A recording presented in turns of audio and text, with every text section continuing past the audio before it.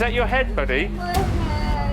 A boy riding his bike collides with a bus. We've got some distension to his umbilicus region, and he's complaining of left pain in his proximal femur.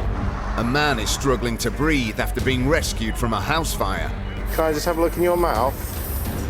A road traffic collision leaves a motorcyclist with a serious leg injury. Ready, steady and lift. And a 17-year-old rugby player is knocked unconscious in a tackle. Open your eyes, buddy.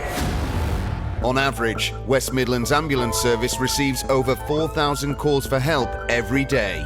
At night, fewer people ring 999, but those that do are often in a serious condition requiring urgent medical care.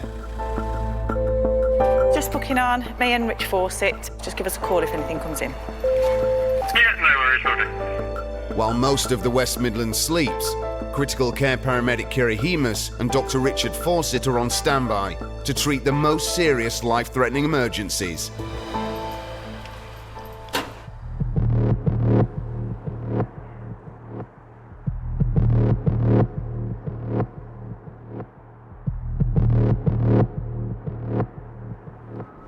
How can I help? Hi, it's fire service here. Can I inform you of a house fire? Person's reported trapped. Do you know where the fire is located? Upstairs. And how many pumps have you got en route? 3. Okay, thank you. Thank you very much. A building is on fire with reports of people trapped inside. 3 fire engines are on their way, and with the possibility of casualties requiring critical care at the scene, Dr. Richard and Kerry are also dispatched. It's a house fire. Fire and rescue service have 4 personnel committed inside. 1 patient has been rescued from the building with smoke inhalation. Unknown if there's other patients inside the property at the moment. Hi, Delta 98, that's all received. The update that we've got is a 4-storey building, HMO property, so potential for multiple victims. The building is classed as a house in multiple occupation, which means it's shared by many different households. So far, 1 casualty has been rescued. If he's had to be pulled out of a burning building, then it could be that he could deteriorate quite quickly. I think that might be a fire engine, actually. It sounds like it's going to be a hectic scene.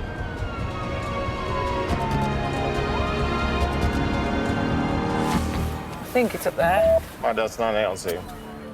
Having been rescued by the fire service, 1 patient is receiving oxygen in the back of an ambulance. Hi John, my name's Richard, I'm one of the doctors here. Are you in any pain at all? Yeah, and the back of my neck, so they have to drag me along the floor. More from being dragged out, not from any burns, no fire.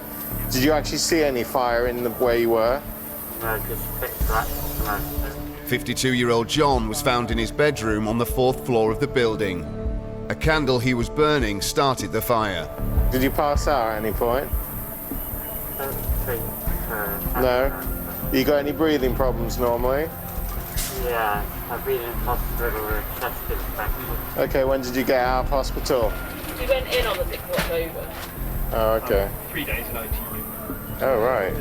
John recently left the ITU, or intensive therapy unit, where he was receiving treatment for a chest infection. As he's already recovering from this serious condition, his lungs are particularly vulnerable to smoke inhalation. So today, before the fire, have you been feeling okay, or have you been under the weather? Tired. Do you feel like your throat is tight or anything? It just hurts. Just hurts. From the fire or from where you were dragged? I'm tired, just dragged. Inhaling smoke from a house fire can result in heat damage to the upper airways, as well as poisoning from the toxic chemicals given off by burning furniture. Just gonna listen to your breathing, all right. Can I just have a look in your mouth? Okay, he's got quite a lot of soot in there. So, a lot of airway singeing in the nasal, a lot of carbonated sputum at the back. Would you like some painkillers? Can't swallow. It's all right if we pop a little line in you and give you some IV stuff. Okay. My neighbour's okay. From what we've heard, you were the only person in that needed to be brought out. So as far as we know, everyone else is okay, John, all right? There are 8 flats in the converted building where John lives, and every resident needs to be accounted for.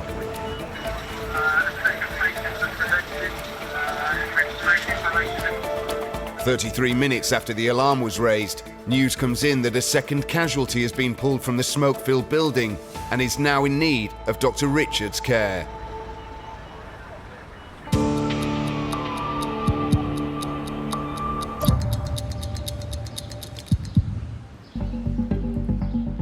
At RAF Cosford, the headquarters of Midlands Air Ambulance, critical care paramedic Ian Locke and Dr. Matt Newport are preparing for their shift. So red bag, green bag, blue bag, Lucas, blood. We've got drugs. Ultrasound, I've seen. Have I seen ultrasound? Yeah. Or am I just, yes, am I just telling myself I've seen ultrasound? Yep. Cool. Jace.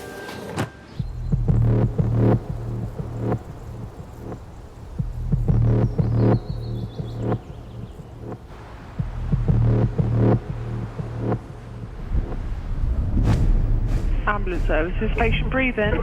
Yeah. Is the patient awake? He's slipping in and out. How old is the patient? He's 17. Let me just pop you onto the club chairman 1 second.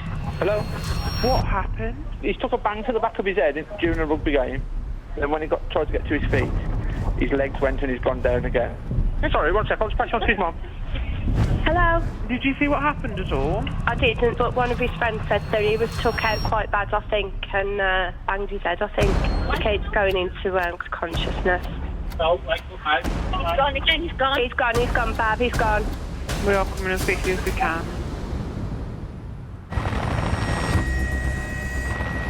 03, lifted, 13:27, run time's 5 minutes, over. Almost half of all sports injuries needing hospital treatment are children and adolescents, with rugby being most associated with head injuries and concussion in boys. She responded to reports of a 17-year-old male at a rugby club. Injury to head and unresponsive. Ambulance crew are 2 to 3 minutes out of it. An ambulance has been dispatched, but there's a chance the boy could need an urgent brain scan. So the air ambulance with Dr. Matt and Ian has also been scrambled. So this is at the rugby club itself? Yeah, at the rugby club, yeah, head injury to a 17-year-old, so with a bit of luck there'll be some big green space and we can make a safe landing. Helimed 03 takes just 5 minutes to cover the 10 miles to the location. Yeah, they're still playing. Yeah, so the pitch which is on the western side of them, yep, is probably going to give us better access to the car park if you do need to wheel him to us. Yeah. And I'll try and land it adjacent to the trees if you're happy with that. Landing on. When they get there, the boy has already been moved to the changing rooms and is being treated by an ambulance crew. Are you Mum? Mum, I'm Ian, this is Matt. 17-year-old Cole was on the receiving end of a rugby tackle in which he was knocked unconscious. Tell us the story. The ambulance crew give an update on his condition. He's been hit into the back of the head and he's gone unconscious. They're saying he's gone unconscious just for a split second. He's complaining of head pain at the minute, and he's panicking a little bit. Yeah. We're just trying to get access just for the pain. Cole, open your eyes, buddy. You can open your eyes, mate. My name's Ian. I'm one of the guys come to check you over. You're okay, mate. Just open your eyes, buddy. You guys all right if I just give him a quick top to toe? Is that all right? Yeah. So he was tackled and then he fell to the floor and hitting his head on the ground. Is that what we think? He's been knee to the back. He's had a knee to the back of the... Okay. Good compliance. Feels intact. Just straighten this leg out, buddy. There you go. Relax. You're fine. Do you want the mask off for a minute? I think we probably could, can't we? Yeah. Take this off for a sec. Cole is now conscious but confused, a sign that he may have suffered concussion, a traumatic brain injury that affects the brain's ability to function normally. All right, lie down. Cool. There you go. But where's the pain? Tell them where the pain is. Tell them. Cole, tell them where the pain is.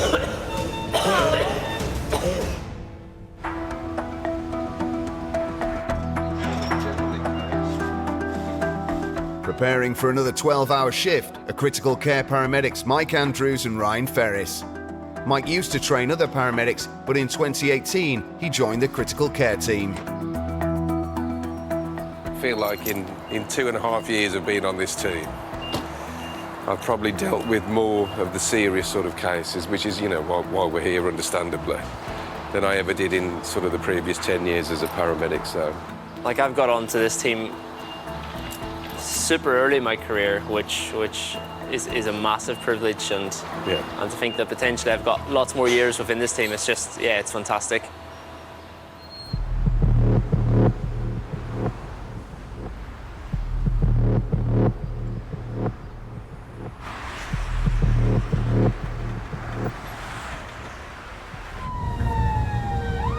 Towards the end of their shift, Mark and Ryan are dispatched to their 4th emergency of the day. Just brief update from the crew. So this is actually Motorcyclist car. A motorcyclist has been badly injured after colliding with a car. Right, so we're going to Walsall. We've responded to a patient that's been involved in a road traffic collision. It's a crew request. The crew requesting CCP, enhanced care team support, for a fracture. I don't know where the fracture is at the moment, but it sounds like an open fracture, so the bone's penetrated the skin. The biker's injuries are serious and may require enhanced intervention, as there's a risk the broken bone could be cutting off the blood supply to other parts of the body. If it is grossly misaligned, there'll be an awful lot of pain involved. The longer we leave it in a position where you're not getting blood supply to the foot, for example, the more likely it is that your tissue will become necrosed, cells will die, and they might have further problems with circulation. The ambulance crew sent through another update. He is conscious, but he has an open ankle fracture and significant swelling right away at that bit to the hip. Roger, mate. Yeah, that's all received, thank you. ETA about 6 minutes in. It's a time-critical emergency. In the worst-case scenario, the patient could lose his leg. So Mike and Ryan's enhanced life-saving skills are going to be needed. Just up the road from here. I'll stick my flecky on and have a quick chat to him, mate. Yeah, what's happened exactly? This is Martin, okay? He was on a motorbike. Yeah. He's coming down the road. He's been hit by a car. Yeah. Over there. 59-year-old Martin was on his way home from work when he collided with a car. I've removed his helmet and put a collar on because of mechanism of injury. The ambulance crew have cut off Martin's clothing to assess the extent of his injuries. Mike is updated on their findings. Okay. So far, his chest, good rise and fall, no marks on his chest everywhere. I've exposed it. Hiya, sir. Just having a look at your leg. As Martin swerved to avoid the car, his left ankle took the full force of the collision, and he's lost a lot of soft tissue from the area around the brake. It's a serious injury and needs treatment at a major trauma centre fast.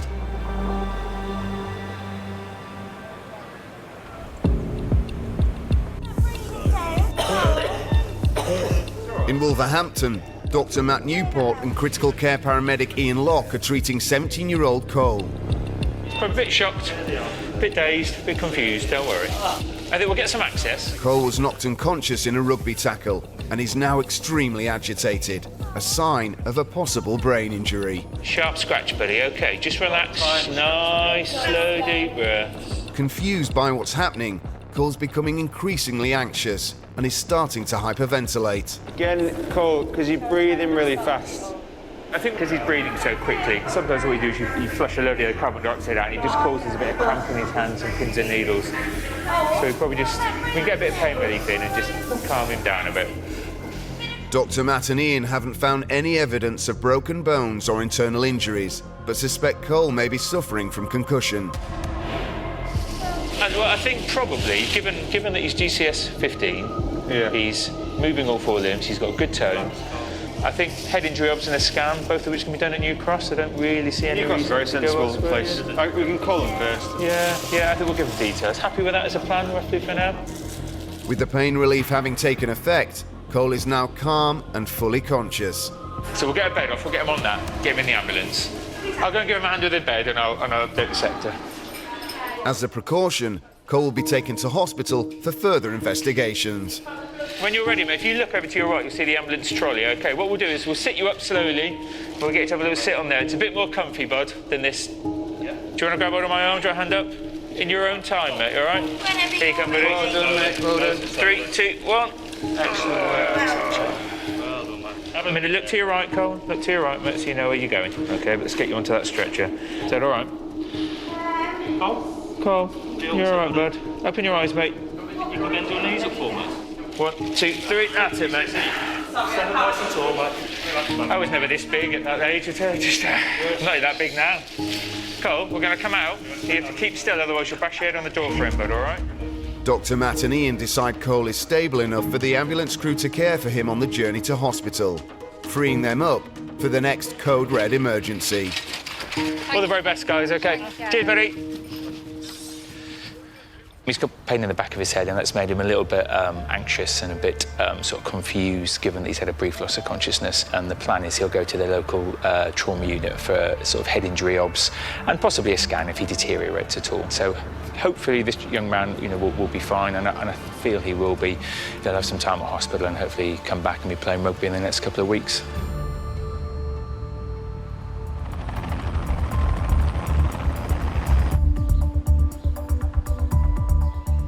This is the major incident pouch we're checking. So obviously for significant events where there might be lots of catastrophic bleeding. The critical care teams were established to enable serious incidents to be treated at scene with advanced life-saving skills. Preparing for another shift is Dr. Michael Bright. Today he's partnered with paramedic Luke Chadbourne and nurse Rich Howarth. That's all right.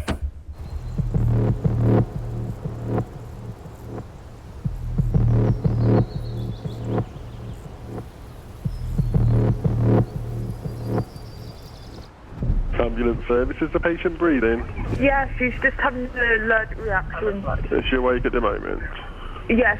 Has she got any rapid swelling to her face, lips, tongue, mouth or throat? She can't breathe, and we've just done the EpiPen for her. And do you know what she's allergic to? Yeah, nuts, all nuts. Okay, there's an ambulance coming. Thank you. With a patient suffering a life-threatening anaphylactic reaction, this is a time-critical emergency. Dr. Michael and the team are immediately dispatched. We've just been tasked to a 29-year-old reported anaphylaxis. The patient's reported to have taken their own EpiPen, so they must be known anaphylactic. Clearly, if they've called for an ambulance, that the initial treatment that they normally utilise hasn't worked or isn't working yet. In a matter of minutes, anaphylaxis can cause swelling of the throat, leading to breathing difficulties. Without urgent medical attention, a severe attack could be fatal.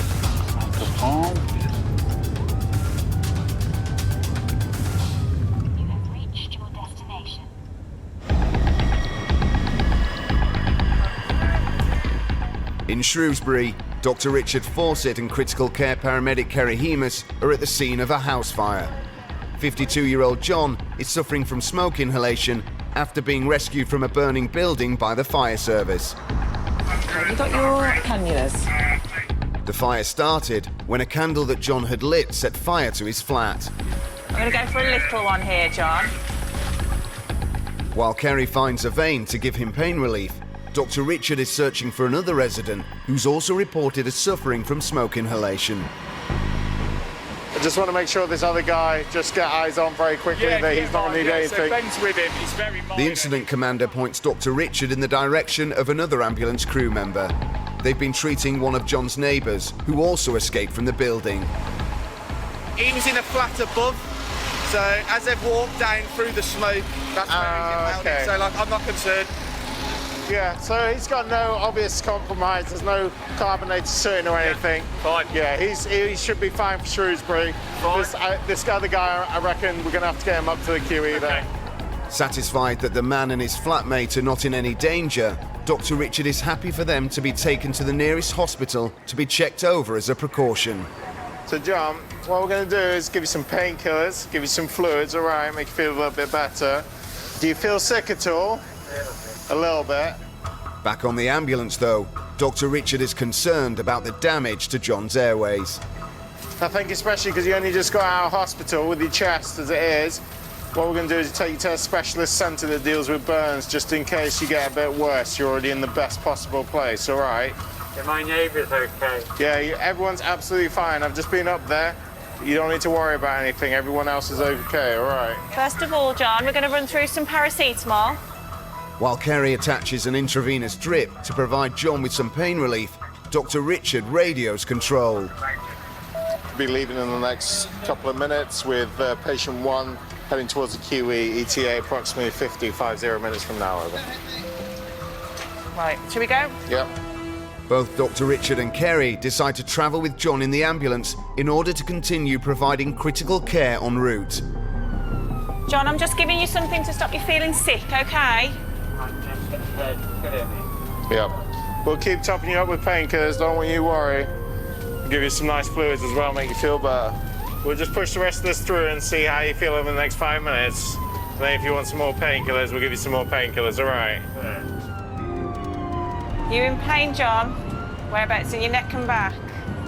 Let's draw some morphine up. Despite paracetamol and fluids, the pain in John's neck and throat becomes unbearable, so Kerry draws up some morphine. Right then, turn your wrist over for me. Right, happy to go with 5? Yep. Sorry, Feel John? sick? Although nausea can be a side effect of morphine, it can also be caused by inhaling the toxic gases in smoke. How's that sickness? Has it gone away a little bit or is it still there? Yeah? All right. We'll keep that nearby. Just give you that bit of oxygen. Is that pain a bit better, John? Yeah. How's your breathing? Yeah. So just have a little look. Open your mouth. Okay. Still quite dry in there, aren't you? Blood pressure is 150/100. Dr. Richard updates the trauma desk. And treatment so far is IV access, 1 gram of IV paracetamol, 4 milligrams of IV ondansetron, 500 mils of normal saline, and 10 milligrams of IV morphine with some salbutamol nebulizers. ETA is approximately 20 minutes from now, over. John's vital signs are improving, but there's still a risk of long-term lung damage as a result of breathing in so much smoke. But John has other things on his mind. I hope my neighbours are okay. Yeah, they're okay. They're all right. They've been checked on, John. I'm worried I got no shoes, no keys. Don't worry about that. Like, everyone will... I mean, I don't think you'll be able to go home for a couple of days anyways. It sounded like the Red Cross were going to come in and rehouse everyone while they sorted the fire out in the building and everything. God, no. Oh, my God. The main thing is everyone's safe, John. No one else is hurt. You're the only one who got hurt in it. No, don't worry. Accidents happen, don't they?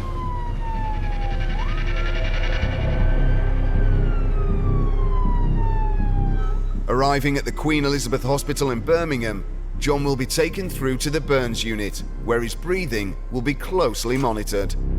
There's that bowl in case you need it, all right? Yeah. Thank you. You're very welcome. So we just hope you're feeling back to normal soon. Yeah. John was a really pleasant patient. I feel really sorry for him. It sounds like he's been having quite a hard time with regards to his health and stuff. I only hope this is the end of his run of bad luck and things will kind of turn around and pick up from here.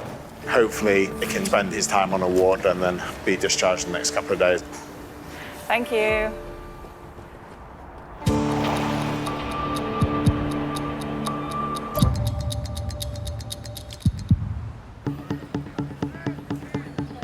Can you feel me touching your foot at all?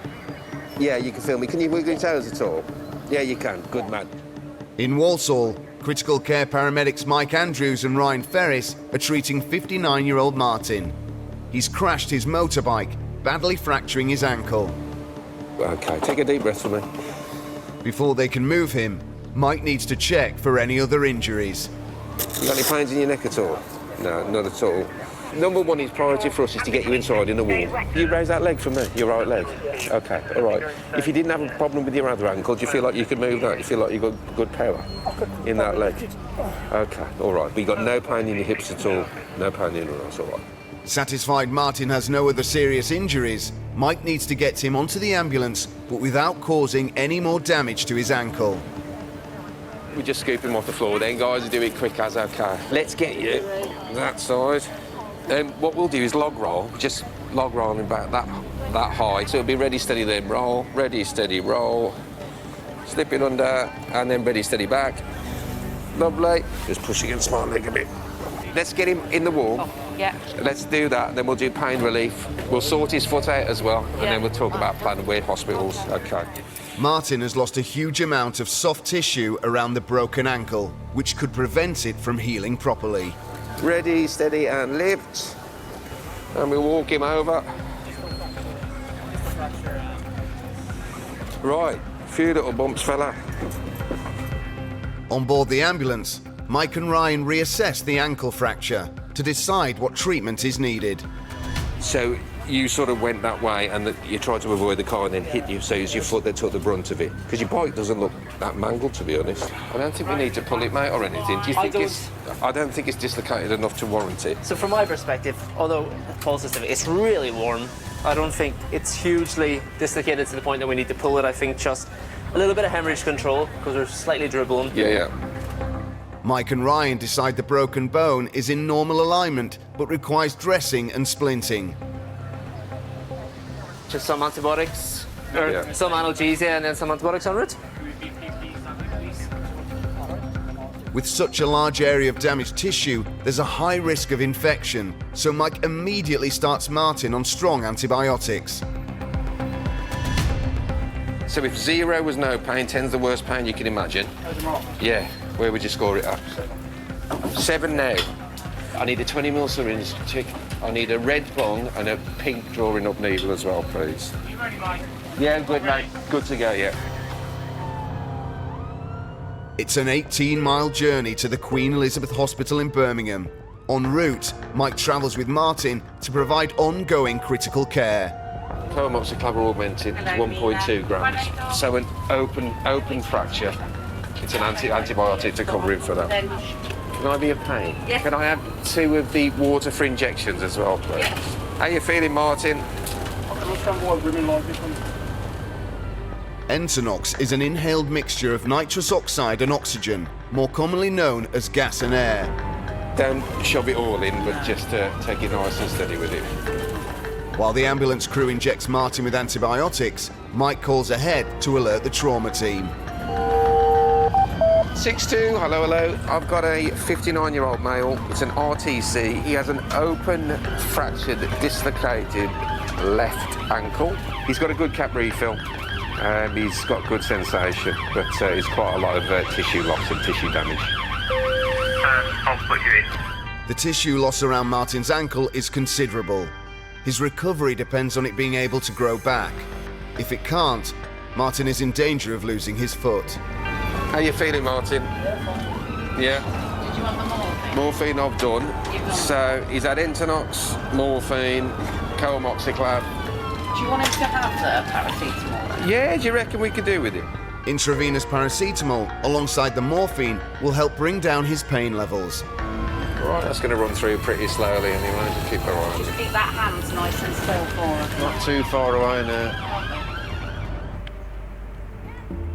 The team arrive at the Queen Elizabeth Hospital in Birmingham.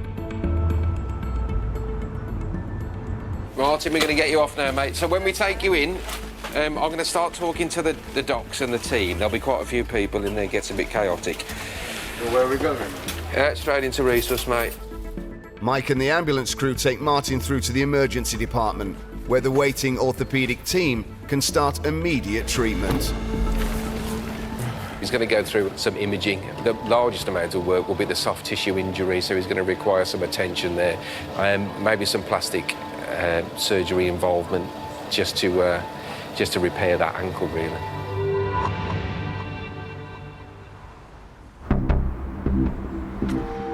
No, mate, good evening. Just checking in. It's myself and Fathom Lowe. We're just checking kit. We're available if you need us. It's a Monday night, and critical care paramedic Ian Locke and Dr. Adam Lowe are checking they have everything they need for a 12-hour night shift. You never know what's going to happen. You know, people will get up to mischief. So, wait and see what the night brings, really. An hour into their shift, and Control takes its 3,576th call of the day.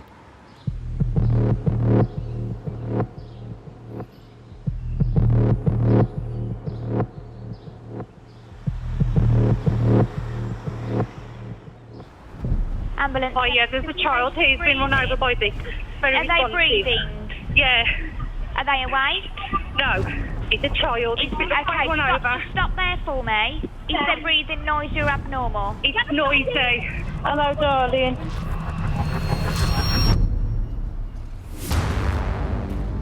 An ambulance is already en route to the incident, but with a child's life in danger, Dr. Adam and Ian are also immediately dispatched. So we're going to Brierley Hill to a 10-year-old who's been on their push bike hit by a bus by the sounds of it. The boy has been reported as conscious and breathing, but there are no further details. This is a high-risk incident for major trauma, so anaesthetic on the roadside if they need it, splinting and stopping bleeding, blood transfusion if they need it. The potential for serious injury is considerable. Updated assignment. Arriving at the location, Dr. Adam and Ian are met by the tactical incident commander, who briefs them on what he's discovered so far. Well, the cancer was cycling alongside the bike and then somehow gone underneath. Okay. It's been dragged off, dragged a couple of metres, but what we've gathered is it's fallen off sideways, so it's not gone underneath the bus. Okay. Patient playing some abdos. Okay. The boy was coming out of a cul-de-sac on his bike when he collided with the bus. Passers-by say he was initially knocked unconscious, but that he didn't go under the wheels. Is he on the back of the ambulance? Initially when he got there he was kind of up and trying to move away, but it's like agitated. We've got some distension to his umbilicus region, and he's complaining of left pain in his proximal femur. But there doesn't seem to be any distension. All of his clothes are cut off except for his pants. Hi guys. Hi Tyler, my name's Adam. Right, I'm doctor with the ambulance service. Is it alright if we come and have a look at you? Is that okay? 10-year-old Tyler wasn't wearing a helmet and has cuts and bruising to his head. Yeah. A bit tacky, can I have it? Tachy or tachycardic means a fast heart rate, a sign that Tyler could be bleeding internally. How about these legs? How do they feel? Can you lift this leg up as well, Tyler? Okay. Can you bring both legs up together? Does that cause you any pain? Okay, all right.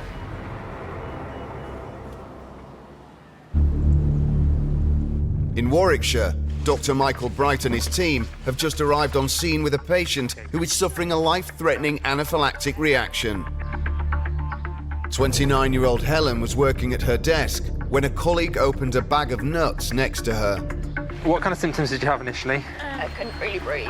Okay. Struggling to breathe, and then I was struggling to swallow. Yeah, okay. So, and these are your usual anaphylactic symptoms? Yeah. And when did you use your EpiPen? about 5 minutes ago. 5 minutes ago, okay.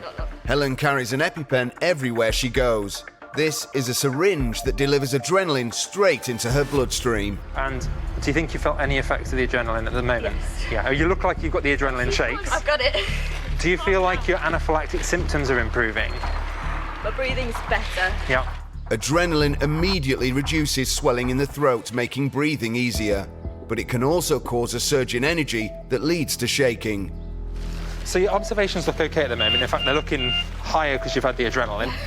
And you know, clearly have had the adrenaline. Yep. Yeah, I'm sure you can feel the adrenaline. I think it's a case of waiting to see. As you know, with anaphylaxis, it'll either start to get a little bit better or it'll start to get a little bit worse. We're just waiting for a backup ambulance and then we'll take it from there. All right. An estimated 20 deaths from anaphylaxis are reported each year in the UK. And when a bad reaction turns life-threatening, it's vital to get medical help fast. You're a bit in the middle of nowhere here as well. Not the best place to have an anaphylactic reaction. Generally, I'm quite well behaved.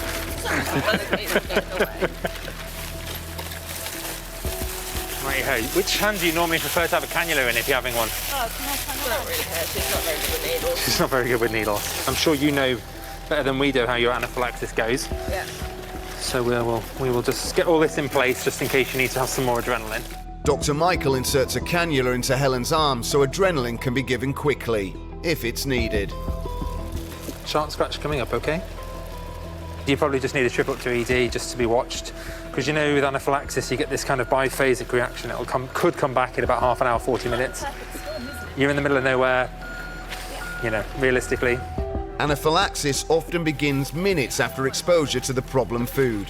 But some people have a second wave of a more severe reaction that can appear hours after the initial symptoms subside. There we go. Dr. Michael updates the ambulance crew on Helen's condition. Known anaphylaxis, had an episode, she's had a PENS, allergy to nuts. Previous episodes biphasic, so she's had some times where she's had a pen and it's got a little bit worse. Numbers are all okay at the moment. I'm not particularly concerned, but obviously probably needs to go up for a little bit of observation for the next couple of hours. Not needing any further adrenaline doses now? Not at the moment. We've done the basics, got a cannula in situ. Marvellous. Brilliant, thank you. So you're going to get the full service. They're going to pop you on the bed. Helen seems fine now, but having had one attack today, Dr. Michael knows the next one could be much worse. She needs to go to hospital for observation. Just pop some ECG leads onto your chest, okay? Just to keep an eye on your heart rate. Was it just nuts in the office? Are you quite... Someone bought a giant bag of mixed nuts into the office, even though it's a nut-free office. Yeah. Was you in close contact with them? She was sitting next to me. Oh, she was? That was good fun. But any point on the way in, it feels like your throat, even while they're starting to swell again, let me know straight away and I can start drawing some up. Okay. Dr. Michael is happy to leave Helen in the care of the ambulance crew, who will keep her under observation en route to hospital. We're actually a bit of a way out of the city now. This is a farm area. If this patient didn't have her EpiPen with her and she developed the symptoms of anaphylaxis, then potentially it could have been life-threatening.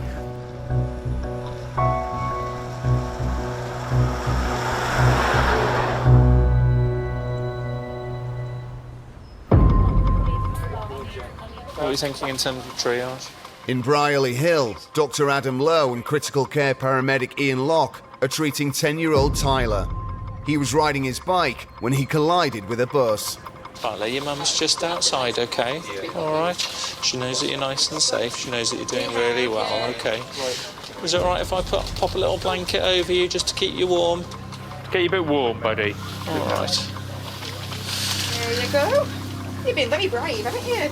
I mean, he's airway intact, his eyes open, he's got moving all four limbs, a bit of tenderness there, but doesn't feel particularly guarded or rigid. Pain in the left knee.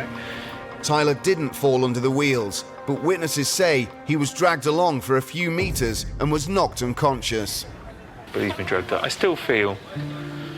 You want to what? Sorry, Tyler? You off to Mum? Yeah. Okay. Is it Anna, is it? Are you Tyler's mum? Yeah, Nassie's dad. Nassie's dad. I've had to phone him from work because he does quite late hours. Okay. Tyler's mum Anna was at home when she got the call every parent dreads. By the time she arrived, her son was being treated in the back of the ambulance. I'm Adam, I'm the doctor with the ambulance. It's okay. Tyler's okay, he's conscious, he's talking to us. He's asking after you, okay? Which is a good sign, yeah? I just didn't see. I thought he's dead. He definitely isn't, okay? Right. He's doing really well, okay? I just need to know a little bit more about him so I can make a decision about what the best hospital is for him to go to, okay? Does he have asthma? No. Any problems with his breathing? No. And has he had any medication today? No. On board the ambulance, Ian is monitoring Tyler's condition. How old are you, Tyler?